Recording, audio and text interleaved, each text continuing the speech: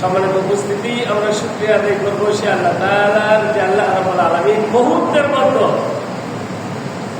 অবস্থার পরিবর্তন ঘটা দিতে পারে। এক কিঞ্চিত পরিমাণ কি করে না, সময় কাল ক্ষেপণ করে না, মুহূর্তের মধ্যে। আপনারা শুনেছিলেন যে হাজী সাহেবের জন্য দুইবার ফ্লাইট কি হয়েছিল, অবতরণ হয়েছিল, আসমান থেকে জমিনে নেমে এসেছিল, তার মৃত্যু হয়েছে কাবা শরীফের আঙ্গিনায়। সুবহানাল্লাহ। এমন মৃত্যু কয়েকজনের ভাবতে পারবে, হজই করতে পারবে না, কিন্তু আল্লাহ তাআলা তার হজ কবুল করে নিয়েছেন। তাকে ওই কাবা শরীফের আঙ্গিনায় তাকে সব বেশি পছন্দ করে যে হাতে সাহাবাদেরকে আল্লাহ তাআলা ওই জান্নাতের বাড়িতে কবর দেওয়ার জন্য তাদের মৃত্যু সেখানে বানায় দেয়। সুবহানাল্লাহ। আল্লাহ তাআলা মুহূর্তের মতো সময়কে কি করে দেয়, পরিবর্তন করে দেয়। সে আল্লাহ পাকের দরবারে আমরা আমাদের অন্তরের অন্তরস্থল থেকে কৃতজ্ঞতা প্রকাশ করব, শুকরিয়া আদায় করব, দিল থেকে জবান দিয়ে একতাবদ্ধ ভাবে আমরা বলছি আলহামদুলিল্লাহ। ربنا لك الحمد حمدا كثيرا طيبا مباركا فيه لك الحمد بالإيمان لك الحمد بالقرآن لك الحمد بالإسلام। আমরা পরে আলহামদুলিল্লাহ। দরুদ ও সালাম পেশ করে নিচ্ছি মানবতার কল্যাণে দূত মুক্তির দিশারি, যাকে আল্লাহ রাব্বুল আলামিন এমন একটি সময়ে দুনিয়াতে প্রেরণ করেছিলেন যে সময়টা দুনিয়াতে একটা জাহান্নামের নরকে পরিবর্তন হয়ে গেছিল। মানুষকে মানে কি করতো না, মানতো না, চিনতো না, জানতো না। অল্প কিছু কথাতেই একজন অপরজনের সাথে যুদ্ধে লিপ্ত হইত। যেমন এই সময়ে ইসরায়েল নামে একটা দেশ আছে যে গায়ে মানে পায়ে পাড়া দিয়ে মুসলমানদেরকে নিধন করার জন্য একটা মিশনে নেমেছে। সকলে নাউজুবিল্লাহ। আমরা দোয়া করবো আল্লাহ তাআলা যেন ওই ইসরায়েল নামক যে আজরাইল দুনিয়াতে এসেছে, হ্যাঁ, ওই ইসরায়েলকে যেন আল্লাহ তাআলা নির্বংশ করে দেয়, মাটির সাথে মিশিয়ে দেয়। সকলে বলেন আমিন।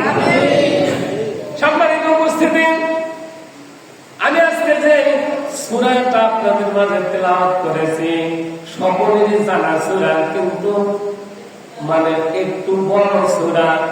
এই সূরা ছোট্ট কোনো সূরা নয়। এই সূরাটা 5 থেকে 5.5 পৃষ্ঠা আকারে আল্লাহ রাব্বুল আলামিন কোরআনুল কারীমের মধ্যে লিপিবদ্ধ করে দিয়েছেন। এই সূরাতুল ইয়াসিন। সকলে বলেন মারহাবা। নাম কি? নাম কি? সূরা ইয়াসিন। সকল জবান খুলে বলতে হবে সূরা ইয়াসিন এমন একটি সূরা যে সূরাটা কোন বান্দা বান্দী যদি তার মুখ দিয়ে তার জবান দিয়ে একবার শুধুমাত্র তেলাওয়াত করে, তার আমলনামায় 10 বার কোরআনুল কারীম খতম করলে যে পরিমাণ নেকি হয়, ওই পরিমাণ নেকি এই কোরআনুল কারীম তেলাওয়াত করার বিনিময়ে তার আমলনামায় আল্লাহ রাব্বুল আলামিন লিখে দেয়। আলহামদুলিল্লাহ। কেন আমি বলছি, কোরআনের মধ্যে যা সম্পর্কে আজকে আলোচনা, কি বলেন ঠিক কিনা? কেন 10 খতম কোরআন পড়ার সওয়াব আল্লাহ দেবে? এর চেয়ে কোরআনুল কারীমের সর্ববৃহৎ যে সূরা, ওর উপরে আর কোন সূরা নাই। একটা সূরা হলো 2.5 পারা। আল্লাহু আকবার বলেন। একটা সূরা কত পারা? 2.5 পারা। ছোট্ট না, বড় সূরা, বিশাল বড় সূরা। তার নাম হলো সূরাতুল বাকারা। বলেন সূরাতুল বাকারা। এখন মোহাম্মদ বলেন কোরআনের আয়াত একটা অক্ষর পড়লেই সর্বনিম্ন 25 নেকি। কয় নেকি? আমরা 10-এ পড়ে আছি। অবশ্যই যদি তেলাওয়াত করেছেন 25 নেকি যদি হয়, বাকারা তোমার মধ্যে 4টা অক্ষর আছে। কয়টা? তাহলে 4 25 100 নেকি আপনারা আল্লাহ দেবে। সুবহানাল্লাহ। এই বাকারা সূরা তেলাওয়াত করলেও 10 খতম কোরআনুল কারীম পড়ার সওয়াব পাওয়া যায় না। কারণটা কি? ছোট্ট একটি সূরা, সূরাতুল ইয়াসিন তেলাওয়াত করলে কেন 10 খতম কোরআনুল কারীমের সওয়াব পাওয়া যায়?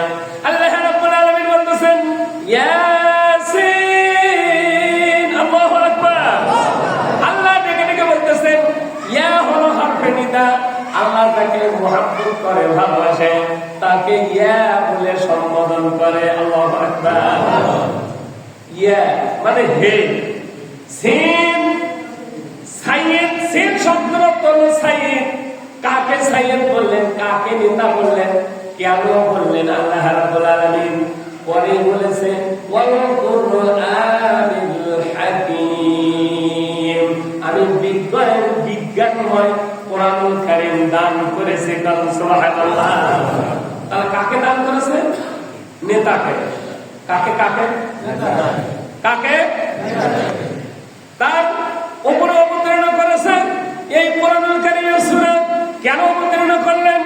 ইন্নাকা লামিনাল মুরসালিন, আপনি যে একজন লিডার, আপনি যে একজন সাইয়িদ, আপনি যে একজন মুরসালিন, আপনি যে একজন নবী, এর অর্থ দলিল দেওয়ার জন্য, প্রমাণ দেওয়ার জন্য আমি আল্লাহ রাব্বুল আলামিন এই কোরআন কারীমের একটা সূরা সূরাতুল ইয়াসিন দান করে দিলাম। সুবহানাল্লাহ। কোরআন কারীমের একটা আশ্চর্যময় কিতাব। আজ থেকে 1500 বছর আগে আল্লাহ রাসূল যেই বাণী বলে গিয়েছে, বিজ্ঞানীরা খুঁজতে খুঁজতে ওই বাণী পেয়েছে। সুবহানাল্লাহ।